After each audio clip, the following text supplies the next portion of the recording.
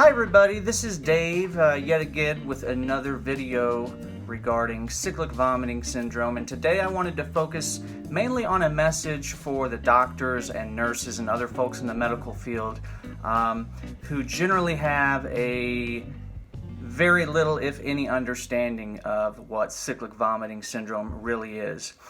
Quick story, in my own case, CVS showed up out of nowhere in my life when I was about 26, 25 years old. I woke up one morning with what felt like a migraine. I have a history of migraine in my family, and then it moved to vomiting, and once I vomited the first time, as many of you know the drill, I was vomiting for days. My first episode lasted about 3 days with no food, very little water. If I did keep any water down, it was mainly just so I could throw up without being in pain.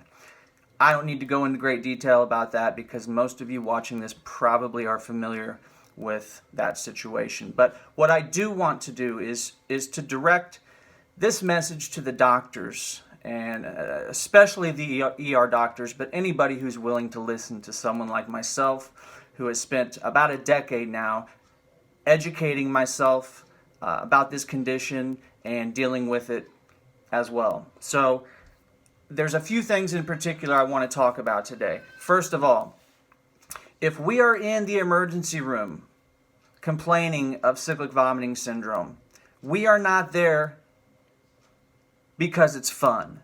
We are not there because we are seeking certain drugs.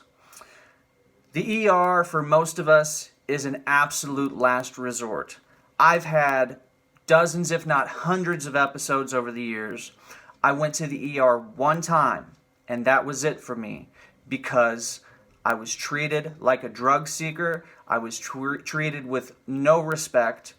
They shot me full of medications that none of which were on the protocol for treating CVS, discharged me, and the only difference was that, okay, now I'm feeling extra drowsy and extra crappy because of all of the other unnecessary meds I was given in the emergency room. So that's our last resort. And when you're dealing with a patient that has CVS, many of us in the throes of an episode, we end up in a state that is sometimes referred to as a conscious coma. This is a state where we appear to be awake, but we're unable to talk.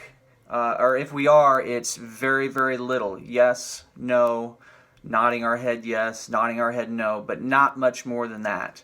Okay, so this is common amongst all CVSers, myself included. So if you are asking us questions, or if your nurse is asking us questions and we're not being as responsive as you would like for us to be, please understand that we're not doing so in order to make your jobs more difficult. This is just our body's natural reaction to the pain and agony we are having to endure with each episode that we go through. The main things that we need when we are having an episode is a quiet, dark room, preferably sleep. Sleep is the only way that I know of, other than strong narcotic medications, to quote-unquote hit the reset button on my brain when I'm having an episode. So keep that in mind. And the other thing that we need is kindness. It sounds almost cliche for me to say that, but every single day I spend hours on cyclic vomiting support groups, and it breaks my heart. Every single day I hear stories of people being called liars, being called drug seekers, being told that it's all in their head. I've heard stories of people being treated so badly in the ER that I don't even want to repeat those stories in this video. Okay? This is not something that we are doing for fun. If we could take a hammer and break our elbow and get some pain medication from that, that would be better than just having to sit through the pain, getting no effective abortive medicine at all. Unfortunately, cyclic vomiting is an invisible illness. So, especially when we're in between episodes, we appear healthy and normal other than the fact that we may be underweight. Personally, I've been episode free for 2 years now, thanks to amitriptyline, L-Carnitine, and CoQ10.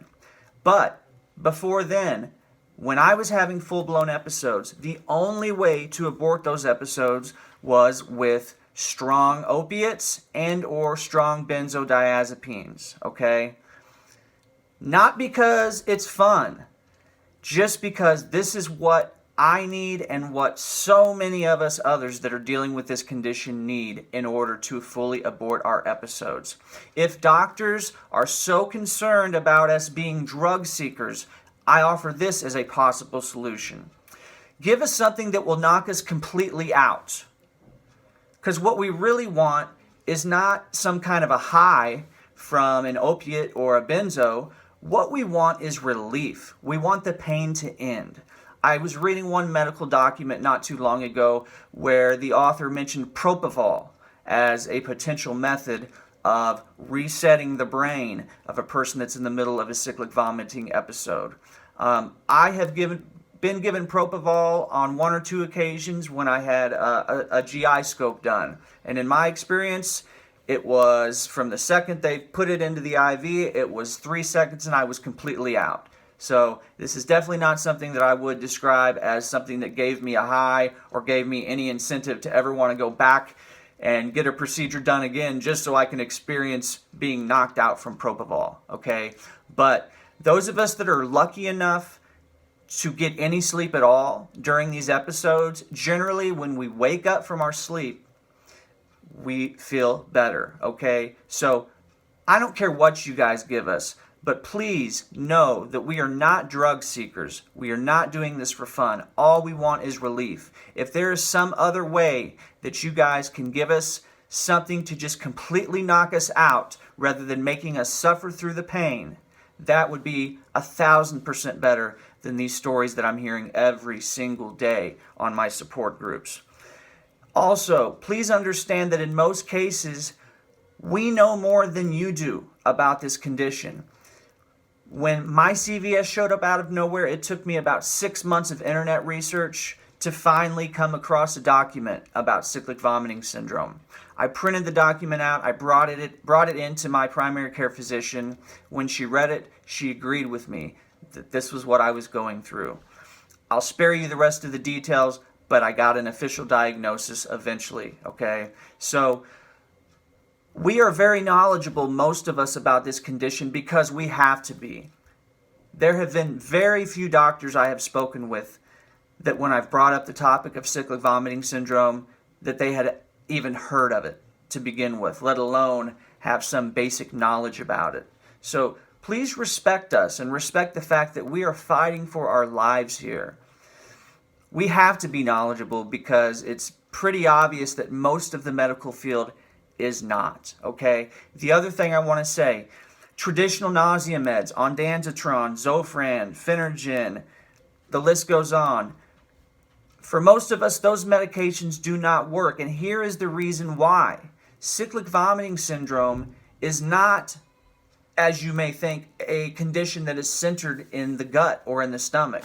This is a condition that is believed to be caused possibly by mitochondrial dysfunction, but certainly there is a neurological aspect to it. That is why for me and for so many others, using amitriptyline along with a couple of over-the-counter supplements was the thing that turned us around. That was certainly the thing that turned me around. So the fact that amitriptyline, which is technically an antidepressant, was the medication that turned me around, that tells me that we're dealing with something that is neurological, okay? So, I want to make another vid all about cyclic vomiting syndrome versus cannabis hyperemesis syndrome. Okay, I'm so tired of hearing stories from my fellow support group members being told that when they get admitted to the ER, a doctor takes their blood or takes their urine and they find cannabis or THC and just completely refuses to treat them whatsoever. This is wrong on so many levels. Number one, 95% of the cases of people that have cyclic vomiting syndrome That's what they have. It's not cannabis hyperemesis syndrome. In my case, I had a state job when my CVS showed up. I hadn't touched cannabis or any other drugs in years. So how could that be what causes my episodes? Furthermore, now that I have found a preventative regimen that has prevented episodes for me and kept me episode free for 2 years, I still do use cannabis occasionally, not chronically, but occasionally, because it is one of the few things, one of the only things out there that actually brings us some relief. I'll talk more in my next video about spotting the differences between CVS and CHS. I've got some medical documentation I'm going to share with you guys. But for now, I just want you guys to know, you folks in the medical field, that this is a real condition. This is not all in our heads. This is not something that we do for fun. I was a few short classes away from finishing my master's degree in education when I had to drop out because my cyclic vomiting syndrome was so bad. Every time I had a presentation coming up or a big test, it would trigger an episode for me. So again, the triggers we're talking about here are anxiety. For women, menstrual cycles are a trigger. Certain foods can be a trigger. For me, alcohol was the biggest trigger. I could not touch alcohol, and I still very, very rarely touch it.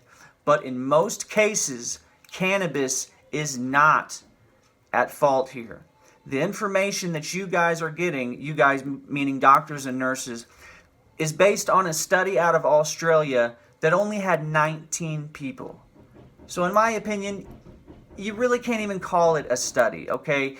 There needs to be much, much more research. In my next video, I'm going to dig a little bit deeper and hopefully give you guys some good information, doctors and patients as well, some good information so that you can tell and spot for yourself whether or not you're dealing with cyclic vomiting syndrome or cannabis hyperemesis syndrome, because these are not one and the same.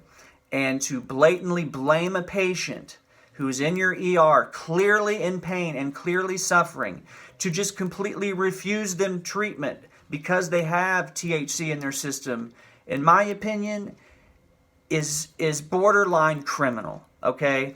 If somebody walked into your emergency room and half their arm was hanging off because they were in some horrible accident, and you were to find out that this particular person has a history of abusing opiates, does that mean that you wouldn't treat that patient either because in the past this person has used or abused opiates? No, of course not. If a person is in pain, let's deal with the pain first.